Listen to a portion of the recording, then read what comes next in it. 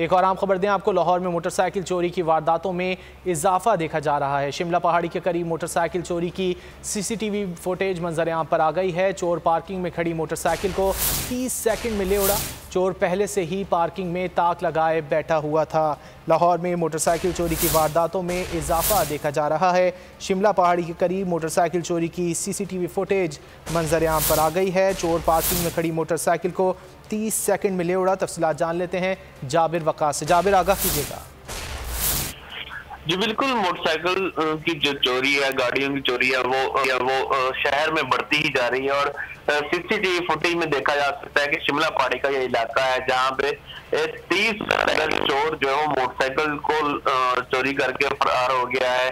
शहरी अजीम ने पार्किंग में मोटरसाइकिल खड़ी की और दुकान में घुसा जैसे ही, और 30 सेकंड के अंदर वहां पर मौजूद जो पहले ही फुटेज में नजर आ रहा है कि चोर जो कि ताक में बैठा हुआ था, एक और मोटरसाइकिल के ऊपर बैठा हुआ था, उसने उस मोटरसाइकिल के ऊपर आकर बैठा और किक लगाकर रफू चक्कर हो गया।